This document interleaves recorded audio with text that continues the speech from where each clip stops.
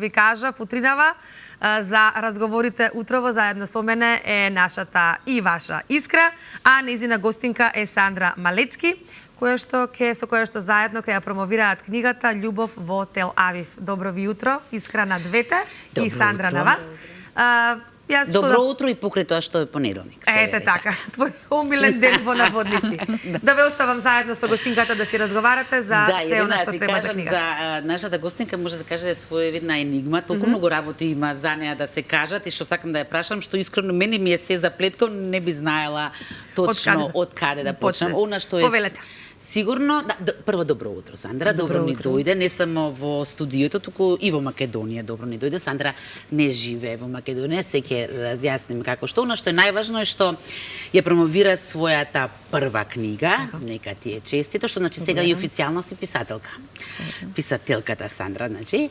И прво е тоа што за прв пат си гостинка во телевизија, прво телевизиско интервју. И сега не знам од каде се да започнеме. Имам многу работи, како што реков, ќе започнеме од она што ти си дипломиран педагог. Така, ете, од таму ќе започнеме, но јавноста пошироката многу повеќе те знае како блогерка, односно она што го постираш на Инстаграм профилот, совети за уредување на домот. Од каде ти дојде таа идеја, затоа што вака некои различни работи за тебе што треба да ги склопиме во едно. Так.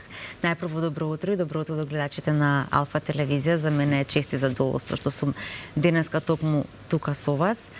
Мојот блог настана многу спонтано. Јас многу сакам да фотографирам. На мене многу ми е важна естетиката да изгледа убаво. Се започна кога си го купивме првиот стан и нели го реновиравме, знаеме колку сите оди тоа реновирање, тешко и се, особено кога сакаш да се вложиш 100% во тој прв дом. И ако си перфекционист и никогаш не ти се допаѓа, па сакаш да изменуваш. Да, и секогаш нешто плюс. Започнав да си како го уредувавме, започнав да си правам фотографии и да ги постирам нели на Инстаграм.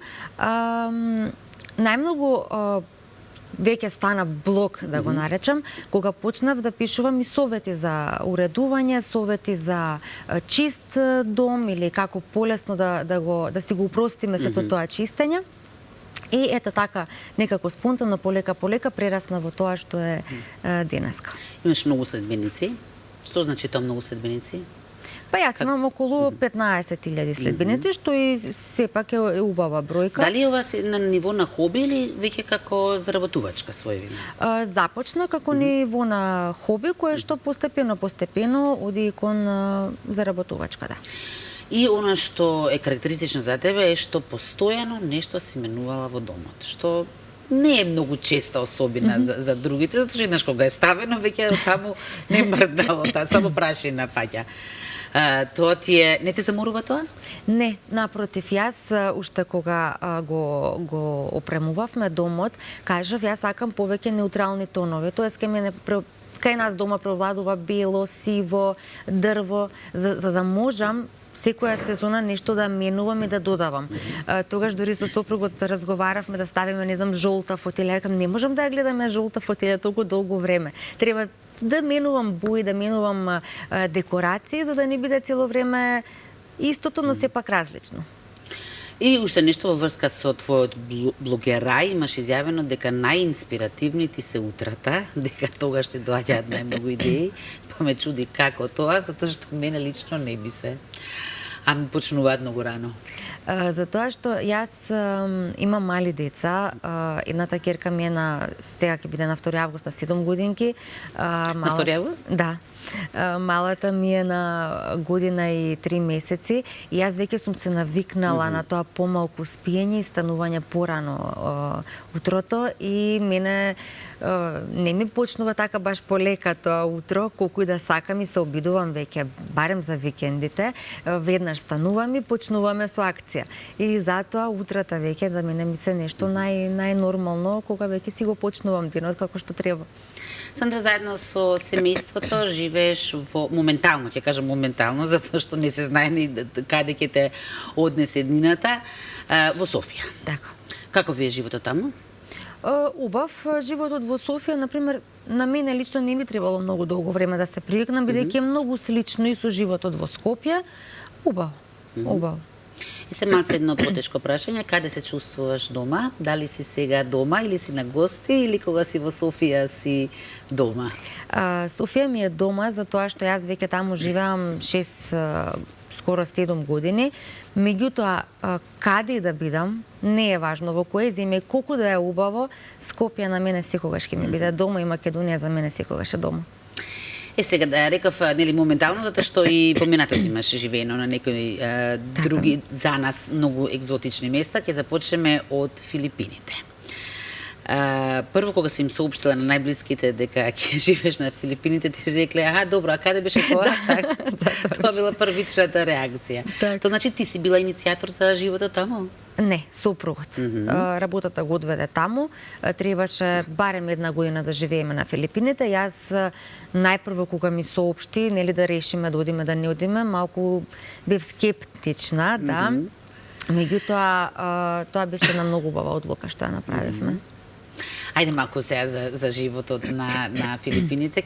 Има, колку што разбрав, има смешани чувства во однос на Филипините, има и убави и, нема да кажам неубави, необични. Так. Работи. Еве си живеела на 22 кат од 60 катница, така? Да. И како е погледот од таму? Јас на почетокот, кога нели пристигнавме, требаше да си најдеме стан за живење, секогаш од 10 спрат погоре не сакам. Ама никогаш не вели никогаш? Таму едноставно 22 кат е како кај нас трети, најверојатно, затоа што се по 60 ката.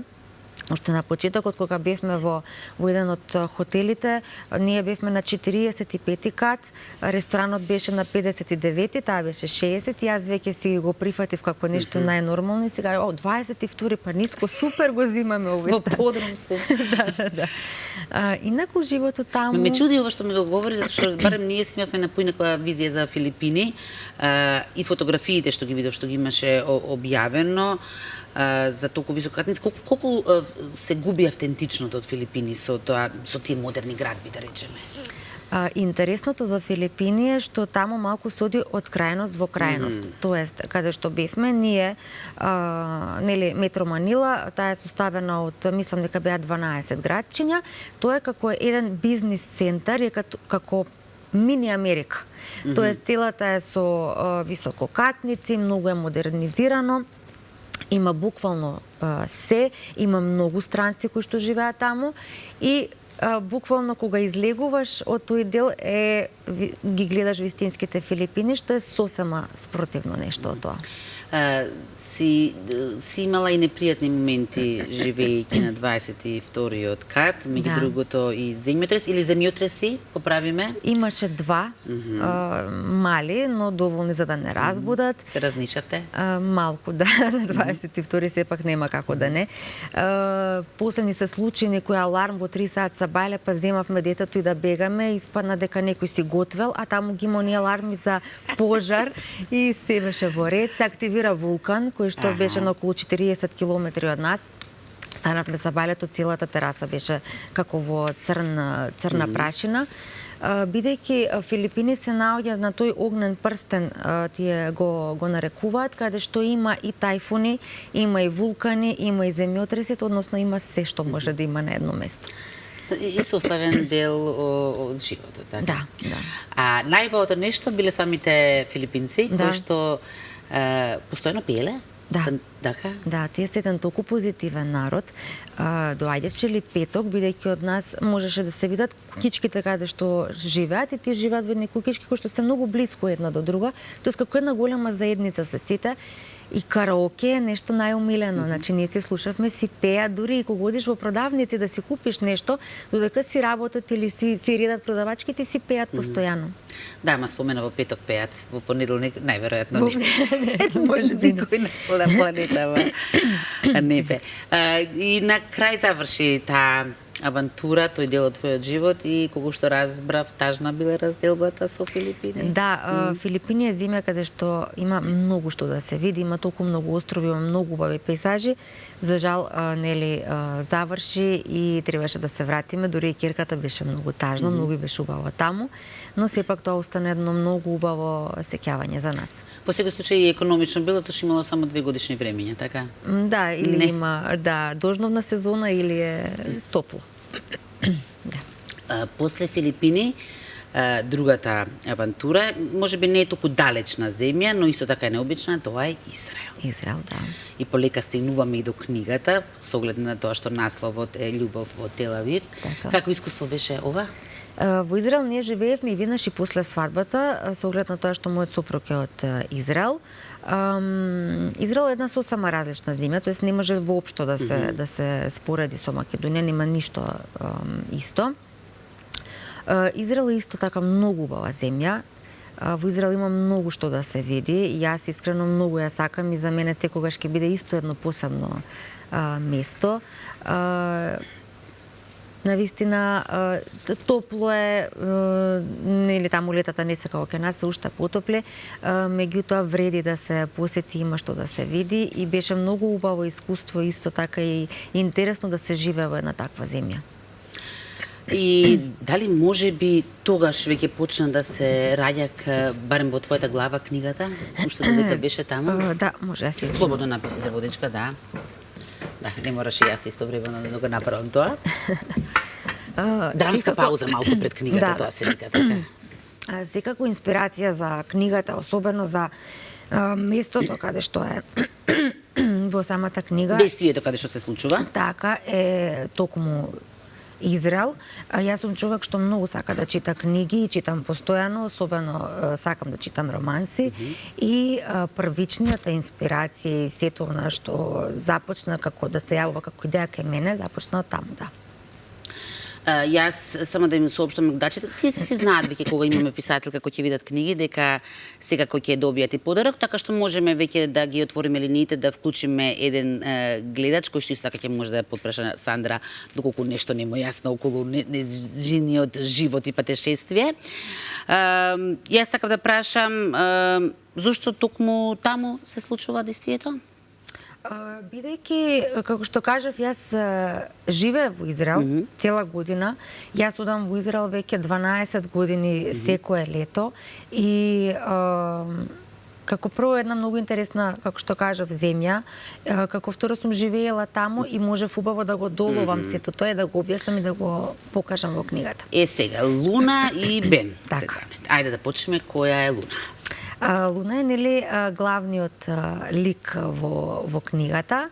Таа е една девојка која е млада и е фотограф, која што е многу добар пријател, многу љубезна, многу пријатна и малку е разочарана од љубовта и се случува нешто непријатно. И сосема спонтано се незините две пријателки решаваат да одат на патување кое што ќе биде во Тел Авив. Значи, кога одат таму, сосема случајно и неочекувано се запознава, тоест го сретнува Бен. Иако и двајцата немаат некакви очекувања, полека се поврзуваат и тука веќе оди приказката понатаму. Во кој жанр да го сместим? Во љубовна романса? Романса, така? да. Така. Ќе ужива повеќе женскиот пол во читањето или машкиот или сите заедно? Може би и сите заедно, но мислам дека женскиот сепак. Да не кажем на крај што ќе се случи со Луна и Бен, не е интересно да некој откриваме. Да. Доколку имаме гледачна линија, тогаш можеме веќе да го вклучиме. Ги познаваш добро македонскиве муви, така што Да. нема спас од нив, џабе мартаме цела емисија. Ајде, добро утро за гледачот или гледачката, ќе видиме. Добро ви утро, поверете, програма сте? Добро утро, се јавувам од Кавадарци, Васил Камчев. Поздрав до емисијата, до Алфа телевизија и поздрав до гостинката. Ве заинтересира, да, добро утро, ви благодарам. Ве заинтересира овој мал вовед што го имавме за книгата? Да. Добро, сега со оглед на тоа што се во Кавадарци, дали име продажно место, предпоставувам, на... Јас знам дека книгата се продава, бидејќи нели е многу сме таза од саботата, во сите продажни места на книжарниците на Сакам книги на мојата издавачка куќа и од било кој град може да се нарача на нивниот сајт sakamknigi.mk со достава до адреса. Добро, вие ќе ги оставите вашите податоци во режија, веднаш потоа ќе ви сконтактираат во текот на денот од Сакам книги за да се подобјасните околу... Ви благодарам, да не ги дискриминираме сега од другите градови, не мора да биде задолжително само за Скопје. Да ги споменеме Сакам книги, како дојде до соработка со нив? Сакам книги, нели тоа е мојата издавачка куќа. Ние и претходно си имавме така една комуникација со нив. Кога јас ја напишав книгата, решив да им ја испратам. Ја испратив книгата, ја прочита, ја одобри, им се допадна. И решивме дека ќе ја издават. Сакам книги се едни големи професионалци и навистина со нивна помош и со нивни насоки, со секој што беше потребно, го направивме во ова нешто што излезе многу убаво на крајот. Во саботата беше промоцијата, затоа и си дојдена овде сега, впрочем, во Македонија. Како протече самата промоција? Промоцијата се одржи во саботата на 27 јули. Беше во книжарницата Сакам книги во Лептокарија. Помина многу убаво. Јас, освен тоа што си имав покането, нели, мои гости, дојдоа и многу кои што ме познаваат од Инстаграм и навистина ми беше многу драго што можевме да се видиме и да се запознаеме и за мене беше огромна чест што некој одвоил време да дојде и му било интересно и да си купи книга и да си поразговараме и да подпишеме. Така што беше една многу убава опуштена, си разговаравме, се сликавме, музика, многу беше убаво. Многу ми мило и многу ми мило што остана и уште некој ден плюс за да можеш да ни гостуваш во нашата утринска. Ние те баравме уште претходната недела, но еве претпоставам дека сега промоцијата имала возбуда, сепак станува збор за прва книга. Така што сега еве вака од после Сандра ми останува да ти посакам многу среќа, да те поканам повторно да ни дојдеш со некој твој следен проект, како што гледам нема да останеш само на ова. И не знам, ќе видиме на каде ќе живееш понатаму во светов, па ќе ни пратиш од таму разгледница. Да, се разбира. И јас сакам да ви се заблагодарам за поканата, како што кажав, за мен на вистина беше чест и задоволство да сум овдека со вас. Благодарам. Ви благодарам и јас на двете за разговорот. Убав муабет си направивте. Верувам дека и гледачите ги заинтересиравте. Посакувам и јас уште многу други проекти и повторно можност да видите наша гостинка. Благодарам.